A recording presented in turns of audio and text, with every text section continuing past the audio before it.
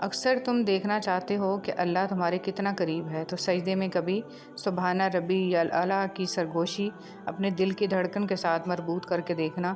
تم محسوس کرو گے کہ جس کا تم ذکر کر رہے ہو وہ تمہارے پاس ہے۔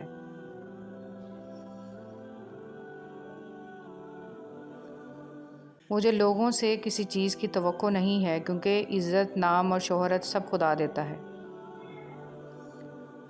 رمضان المبارک کے اس بابرکت مہینے میں آپ کی تمام نیکیاں، دعائیں اور عبادات اللہ تعالیٰ کی رضا سے قبول ہوں، آمین۔ قرآن کی خوبصورتی یہ ہے کہ تم اسے بدل نہیں سکتے، لیکن یہ تمہیں بدل سکتا ہے۔ ٹھنڈا رمضان عطا کرنے والے رب ہمیں قبر اور حشر کی گرمی سے بھی محفوظ فرما، آمین۔ رمضان میں چھوٹی سی خواہش ہے کہ مولا ایک تو رمضان کا روزہ، دوسرا سامنے سرکار کا روزہ ہو، آمین یا رب العالمین۔ لاکھوں درود ان پہ جن کی بدولت رحمان ملا، قرآن ملا، ایمان ملا، صلی اللہ علیہ وآلہ وسلم۔ رب سے مانگ کر دیکھو تو صحیح، ایک وہی تو ہے جو حقیقت میں آپ کا منتظر ہے۔ وہ خوب جانتا ہے کہ کون کس حال میں ہے، وہ جانتا ہے کون بے بس اور کون صبر کی انتہا پر ہے، اور جتنا مشکل وقت ہوگا تم اتنا اس کو قریب پاؤ گے۔ بسم اللہ الرحمن الرحیم۔ ہماری نیت کی پیمائش اس وقت ہوتی ہے جب ہم کسی ایسے شخص کے ساتھ بھلائی کریں جو ہم کو کچھ بھی نہیں دے سکتا۔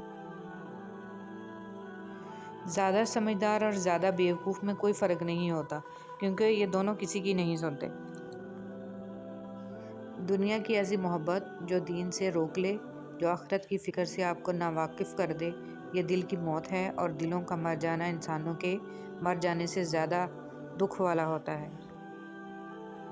آج کا انسان صرف دولت کو خوش نصیبی سمجھتا ہے، اور یہی اس کی بد نصیبی کا ثبوت ہے۔ خوش نصیبی وجود کا ظاہر نہیں، وجود کا باطن ہے۔ جب زندگی کی ڈور کٹ جاتی ہے، سانس رک جاتی ہے، اور مرنے والا بے حس و حرکت اپنے پیاروں سے بے خبر چارپائی پہ پڑا ہوتا ہے، اس کیفیت کو موت کہا جاتا ہے۔ موت کو یاد کرنا گناہوں سے بچے رہنے کا بہترین ذریعہ ہے۔ حضور صلی اللہ علیہ وسلم نے ارشاد فرمایا، جو شخص جوانی میں نکاح کر لیتا ہے تو شیطان چیخ اٹھتا ہے، ہائے افسوس، اس نے مجھ سے اپنا دین بچا لیا۔ قلب تو بس حق تعالیٰ ہی کے رہنے کی جگہ ہے۔ قلب کو صاف رکھنا چاہیے، نامعلوم کس وقت نور حق اور رحمت الہی قلب پر جلوہ گر ہو جائے۔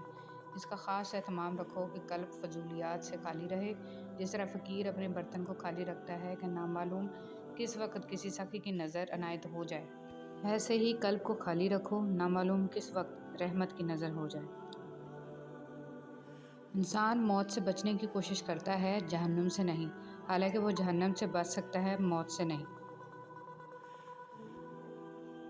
جہاں تعریف کرنی ہو وہاں بڑے بڑے چپ ہو جاتے ہیں، اور برائی کرنے کے لیے گونگے بھی بول پڑتے ہیں۔